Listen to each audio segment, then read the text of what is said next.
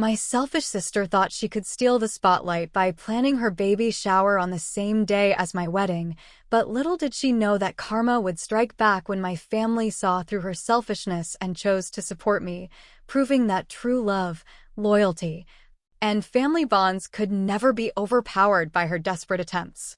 The excitement was almost unbearable. The day before my wedding, I was buzzing with anticipation. Everything had been planned down to the last detail.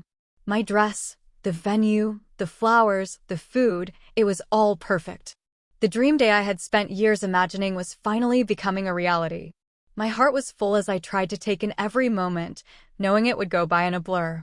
But the night before, when I checked my phone, everything changed. There it was, a message from my sister, Rachel. At first, I thought it was a simple well-wish for the big day. She was, after all, my sister, and though we didn't always get along, I expected her to at least wish me luck on my wedding. Instead, I opened the message, and what I saw left me frozen in disbelief. An invitation. It was a beautifully designed baby shower invitation, addressed to a long list of family and friends. The date? The same day as my wedding. I blinked a few times, hoping my eyes were deceiving me, but no, it was real. My sister had scheduled her baby shower for the exact same day as my wedding. I couldn't believe it. A wave of emotions hit me all at once: confusion, anger, and an overwhelming sense of betrayal. Why would she do this? How could she be so selfish? This wasn't just a coincidence. She knew my wedding was happening on that day. We had discussed it months ago when I sent out my invitations, and Rachel had even congratulated me. So, what was this? Was she really trying to steal the spotlight on my special day? I stared at the invitation for what felt like an eternity, my mind racing with thoughts. I knew I had to confront her. But what could I possibly say? Would she even understand how much this hurt me? I decided to call her immediately, hoping that maybe there had been some mistake, some misunderstanding. She answered after the first ring, her voice casual, almost too casual. "Hey, what's up?" Rachel asked, as if everything was perfectly normal. "Rachel, what is this?" I tried to keep my voice steady, though I could feel the anger rising in my chest. "Why are you having your baby shower on my wedding day? Do you realize what you're doing?" There was a moment of silence on the other end. I could hear her shifting around, and I knew she wasn't as surprised as I thought she should be. "Oh, don't be so dramatic," Rachel said dismissively. "It's the only day that worked for everyone. I don't see what the big deal is. It's just a baby shower." My stomach churned. "It's my wedding day, Rachel. You knew about it for months. You planned this on purpose." She sighed, almost as if she were annoyed with me for being upset. "Look, I didn't mean to upset you, but it's not like I can just cancel everything now. Everyone's already invited." I was seething. "You didn't even think about how this would affect me? How you would ruin my day? Honestly, I don't see what the big deal is. It's not like it's the end of the world." The conversation ended there, but the damage was done.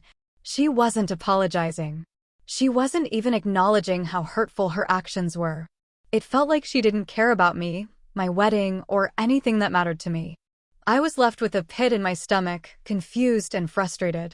I couldn't believe this was happening. How was it possible that my sister, of all people, was doing this to me? As I sat there, staring at the phone screen, I felt a mixture of sadness and anger. The day I had dreamed of for years was now overshadowed by the thought that my own sister was going to take attention away from me on purpose. I tried to shake it off, telling myself I couldn't let her ruin my happiness. But deep down, I knew this was something I couldn't easily forget.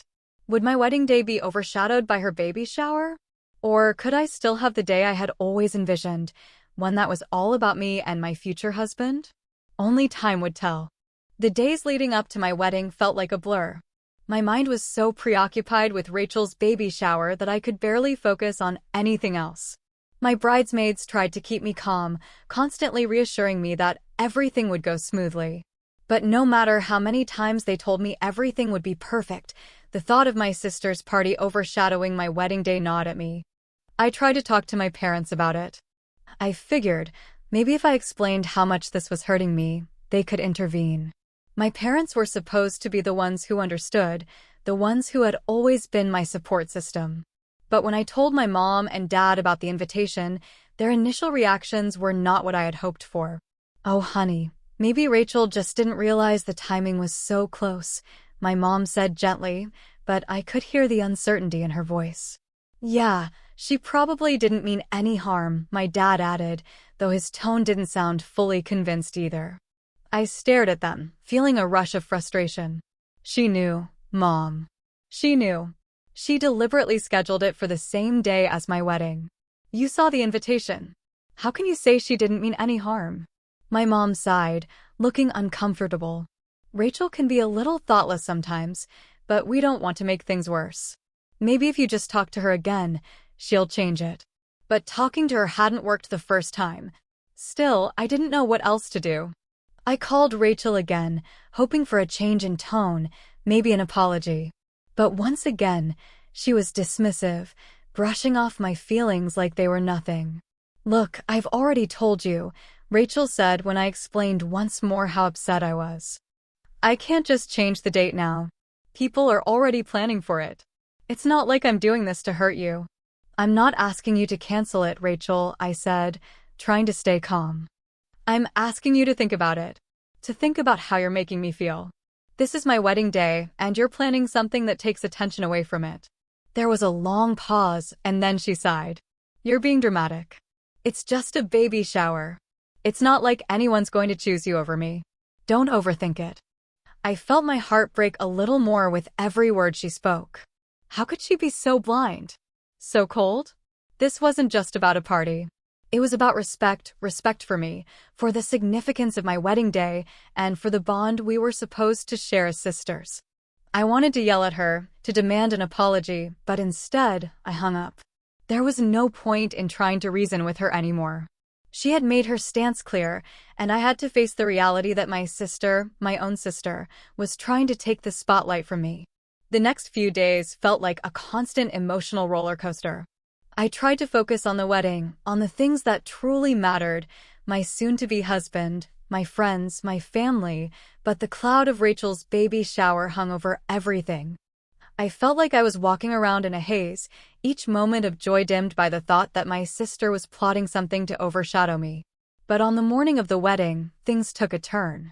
My family members, many of whom had heard about Rachel's decision, started to reach out to me in a way that I hadn't expected.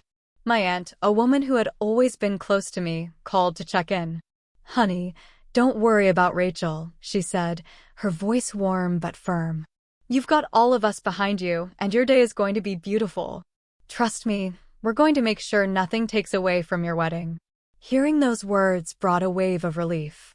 Maybe I couldn't control Rachel, but I could count on my family. They understood what I was going through, and they weren't going to let anything steal my moment.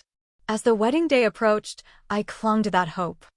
I couldn't change Rachel's actions, but I could control my own response. I had worked so hard to make this day perfect, and I wasn't going to let her selfishness define it. But deep down, a question kept eating at me. Would anyone notice? Would people still show up for my wedding when Rachel's baby shower was happening at the same time? Would I be able to truly enjoy the day knowing that my sister had made her decision with such disregard for me? As the clock ticked down to the big day, I couldn't shake the uncertainty. All I could do was hope that when the time came, the people who truly mattered, the ones who loved me, would choose to be there for me. And that, somehow, Rachel's plan to overshadow me would crumble under the weight of her own selfishness. The day I had spent years dreaming about had finally arrived. I woke up with a sense of nervous excitement, a mixture of joy and anxiety swirling in my chest. There was so much to think about, last-minute details, family members arriving, making sure everything was perfect.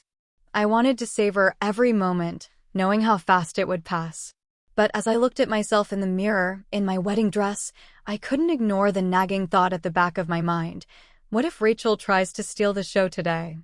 I quickly shook it off, reminding myself that I couldn't control her actions. I had to focus on what was in front of me, the man I was about to marry, the love we shared, and the incredible support from my friends and family who had all rallied behind me. Still, the thought of the baby shower hung like a storm cloud, casting a shadow over the most important day of my life. I arrived at the venue with a mix of anticipation and dread. The venue looked stunning, everything I had envisioned: a beautiful outdoor garden, soft lights strung above, and a white aisle leading to a gazebo where we would exchange our vows.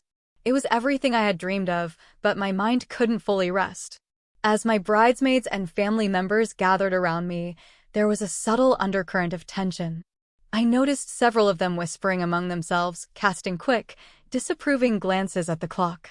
I knew they were concerned about Rachel's baby shower, which was scheduled to start at the same time, but they didn't want to add to my stress. But then, a text came through from my aunt, who had been keeping a close eye on everything. "It's a mess," the message read. "Rachel's baby shower is falling apart. No one is showing up. People are avoiding it. Don't let it get to you." A wave of relief washed over me. I couldn't believe it. Rachel's plan wasn't working. While she had thought she could steal the spotlight on my wedding day, it seemed like karma was already at play. My mind was still racing, but I had to focus on the moment at hand. My soon-to-be husband arrived at the venue, looking dashing and full of excitement. He smiled at me, his eyes full of love, and for a brief moment, I felt that familiar calm. This was the man I had chosen to spend the rest of my life with, and nothing could take away the joy of this moment. The ceremony began, and as I walked down the aisle, I could feel the eyes of everyone around me. My heart was pounding, but I held my head high, refusing to let anything overshadow the importance of this day. My father walked me down the aisle, and his grip on my arm was reassuring, a silent reminder that, no matter what, he was here for me. The guests were completely focused on the ceremony. Not a single person seemed distracted by Rachel's baby shower. I couldn't help but feel a sense of vindication. My sister's selfishness had failed, and my day was finally about me. As the vows were exchanged, I felt a deep sense of peace. There was no way to predict the future, but at that moment, everything felt perfect. My husband's voice was steady and filled with love as he promised to stand by me through everything, and I did the same. The weight of the day's significance hit me. The wedding was more than just a ceremony. It was the beginning of a new chapter in our lives. After the vows, as we were declared husband and wife, I couldn't help but glance around the room. I saw the faces of my family and friends, all of them smiling and celebrating my happiness. I had the attention and love I deserved, and for the first time in what felt like days, I could breathe easy. But then, a few hours later, something even more surprising happened. Rachel appeared. She showed up at the reception unannounced, her eyes wide with indignation. She had clearly expected the day to revolve around her, her baby shower, her party, but now that it had all fallen apart, she was clearly flustered. Her face was flushed, her usual confidence replaced with a sense of uncertainty. The moment she walked in, everyone fell silent. My family members exchanged glances, unsure of how to handle the situation. But I could see it in their eyes. They weren't about to let Rachel steal any more attention. Rachel tried to approach me, but I could tell she was struggling. She must have expected me to react with anger or frustration, but instead, I met her with calm composure. "I hope everything's okay," I said, my tone even but firm. Rachel opened her mouth to speak, but I saw her falter. Her usual sharp words seemed to die on her lips. There was no bravado left. "Look, I didn't mean for things to go this way," she said, her voice small, almost apologetic. I don't know what I was thinking. I thought maybe if I did something big, it would be special for me too." I wasn't sure what to say. Part of me wanted to lash out, to tell her how hurt I had been, but I knew it wouldn't change anything. I had worked so hard to keep the focus on the love and joy of the day, and now I wasn't going to let her attempt to ruin it anymore. "Well," I said, finally breaking the silence, "this day is special for me, Rachel. And I'm glad that despite everything, it's been exactly what I wanted." Rachel looked around, realizing that most people had already turned their attention back to the wedding.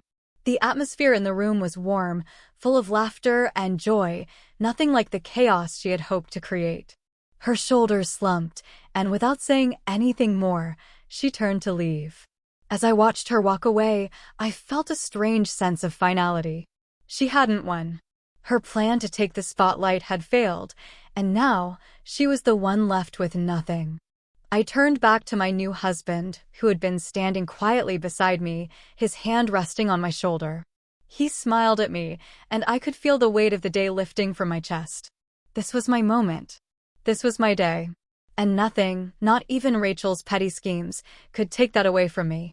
The wedding reception went on without a hitch, a beautiful celebration of love and family. I found myself surrounded by friends, family, and my new husband, laughing, dancing, and basking in the glow of the most perfect day I could have ever hoped for.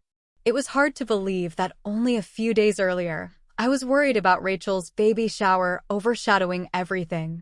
Rachel had left shortly after her awkward attempt to insert herself into the day.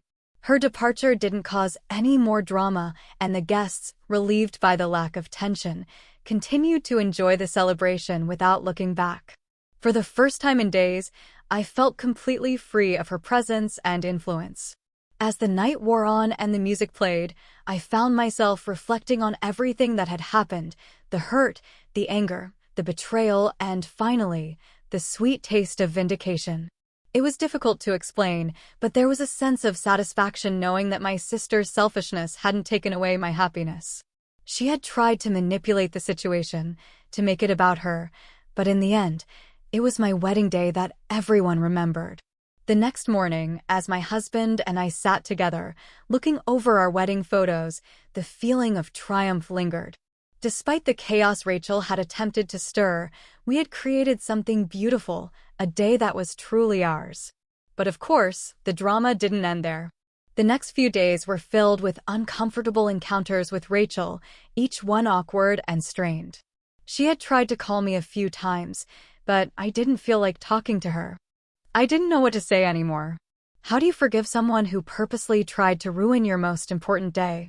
Eventually, we had a face-to-face conversation, though it wasn't as dramatic as I'd imagined. Rachel didn't apologize outright, but I could see the shift in her. The cocky attitude was gone, replaced with a hint of humility. She admitted that her baby shower hadn't gone as planned, that no one had shown up, and that the timing had been disastrous. "I guess I thought I'd get attention by doing something big," Rachel said quietly. "But I see now that I messed up. I didn't think it through."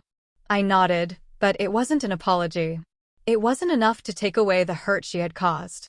And still, there was a part of me that couldn't fully forgive her, at least not yet. She had crossed a line that I wasn't sure I was ready to forget. "I'm glad you realized that," I said, my voice steady but distant. "But it doesn't change what you did.